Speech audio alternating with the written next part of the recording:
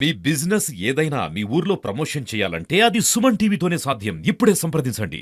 Hi hello నమస్తే, welcome to Suman TV.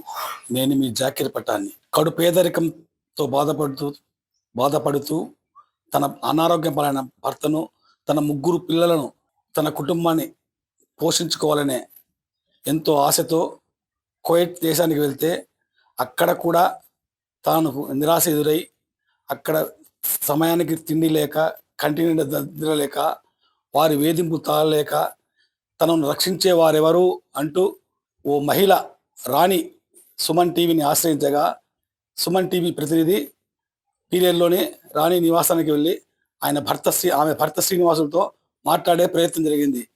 ఆమె తన భార్య ఎలా కువైట్కి వెళ్ళిందన్న విషయం శ్రీనివాసుల మాటలోనే విందాం. నా పేరు నా భార్య ఎవరిని వాళ్ళ మాటని చెప్పకుండా వెళ్ళిపోయింది. ఎన్ని రోజుల క్రితం వెళ్ళిపోయింది?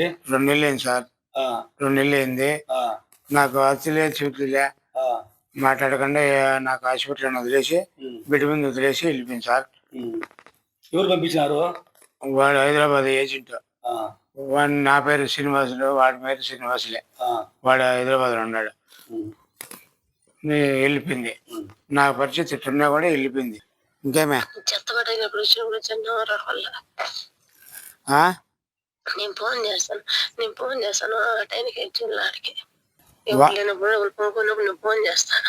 వాళ్ళది పక్కన చెప్పినారు కదా మేడం వల్ల వాళ్ళకి లేనప్పుడు ఫోన్ చేస్తా, అప్పుడు వెళ్ళి వచ్చి ఎత్తుకోడానికి వాళ్ళు టైం కొనుక్కుంటారో నేను ఫోన్ చేస్తా, అప్పుడు వచ్చి వెళ్ళిపోవచ్చు. సరే సరే, నువ్వు ధైర్యంగా తిని ఏదో దిగిన కాడ తిని ఉండు.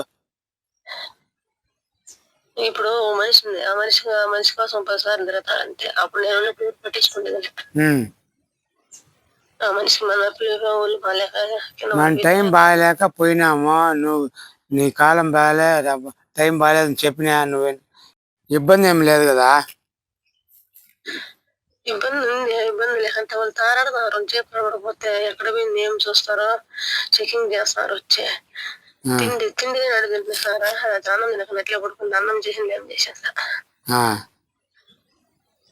అన్నం లే నీళ్ళే రోజు ఎవరు తింటున్నారు అన్నమా, కనీసం నీళ్ళు కుళాయి నీళ్ళు తాగను అని జరుపు చేసింది చూడ.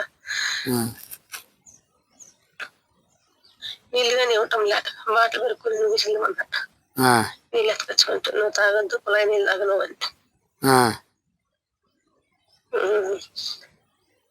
జ్వరం వచ్చింటే జ్వరంగా పెట్టించుకోవాలి, పని చేయ ఏం కొనుక్కోండి అనింది. టెన్షన్ పడదు, నేనుండా, ఏం బాధపడదు. ఎట్టయితే కానీ సార్ వాళ్ళు తీసుకొచ్చేస్తారు, నీకు లక్ష్యంగా ఇంటికి వెళ్తాడు. ధైర్యంగా ఉండవు.